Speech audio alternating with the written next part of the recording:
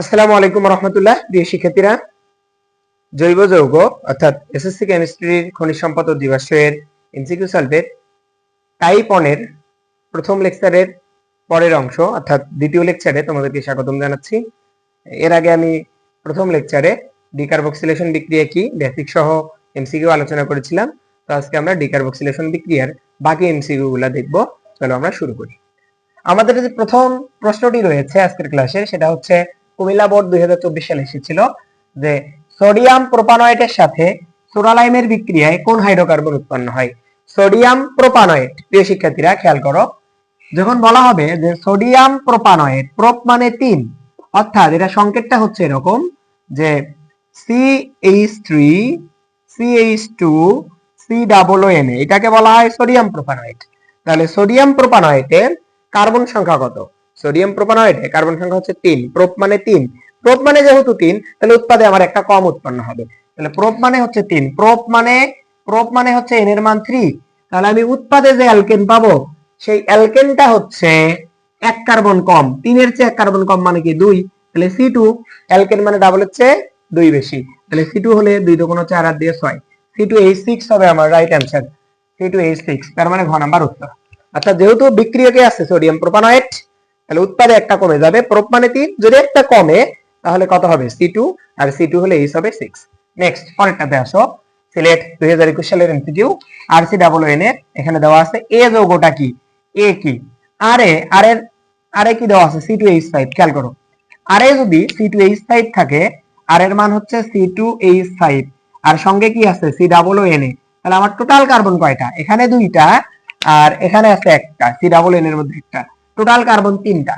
বিক্রিয়কে যদি 3টা কার্বন থাকে, ডিকার্বক্সিলেশন বিক্রিয়ার নিয়ম হচ্ছে উৎপাদে গিয়ে একটা কমে, তাহলে 3টা থেকে একটা কমলে এটাও আগের অ্যানসারই হবে। অর্থাৎ 3টা থেকে যদি আমরা অ্যালকেন তৈরি করি, সোডিয়াম প্রোপানয়েট থেকে অ্যালকেন তৈরি করি, তাহলে আমার একটা করে কার্বন কি হয়, একটা করে কার্বন কমে যাবে। তাহলে 3টা থেকে একটা কমলে C2H6 হবে রাইট অ্যানসার, C2H6। তবে এখানে বলছে এই এ যৌগের আণবিক ভর কত? যেহেতু 3টা কার্বন আছে, তাহলে আমি উৎপাদে পাবো C2H6, একটা কমে যাবে। এখন এটার আণবিক ভর কত? কার্বনের ভর হচ্ছে 12, দুইটাই কত, তাহলে 12 দুগুণ 24 প্লাস 6টা হাইড্রোজেনের 6, 24 আর 6 30, হুইচ ইজ 30, রাইট অ্যানসার হচ্ছে ঘ নাম্বার। এরপরে দেখো দিনাজপুর বোর্ড 17 সালে এসেছিল যে এক্স যৌগ থেকে যখন আমরা সোডালাইম মিশ্রিত করি এক যৌগের সাথে, তখন আমরা C3H8 পাই। তাহলে এক যৌগটা কি? খেয়াল করো, আমার উৎপাদে উৎপন্ন হয়েছে প্রোপেন। উৎপাদে কি পাওয়া যায়? উৎপাদে প্রোপেন পাওয়া যায়। তাহলে এক যৌগটার নাম কি? এক যৌগ কই ছিল? বিক্রিয়কে। এক যৌগটা ছিল বিক্রিয়কে। আমরা জানি ডিকার্বক্সিলেশন বিক্রিয়ায় উৎপাদে একটি করে কার্বন কমে যায়। তাহলে আমার উৎপাদে কার্বন সংখ্যা 3, তার মানে বিক্রিয়কে ছিল 4, আর 4টা কার্বন হলে নাম হবে সোডিয়াম বিউটানয়েট। আশা করি তোমরা বুঝতে পেরেছো, যেহেতু উৎপাদে 3টা কার্বন, তাহলে এক যৌগে কার্বন ছিল 4টা, আর 4টা হলে সোডিয়াম বিউটানয়েট। খোঁজো সোডিয়াম বিউটানয়েট কোথায়? গ নাম্বার, রাইট অ্যানসার গ। নেক্সট পরেরটাতে আমরা আসি, রাজশাহী কলেজের স্কুলের কোশ্চেন, সেটা হচ্ছে যে এ যৌগটি কি? এই এ যৌগটি কি? এখানে দেখো 1 2 3টা কার্বন, তাহলে আমার বিক্রিয়কে আছে কার্বন 3টা, তাহলে উৎপাদে যা হবে 2টা, 2 কার্বনের অ্যালকেনের নাম কি? ইথেন, তাহলে রাইট অ্যানসার ইথেন।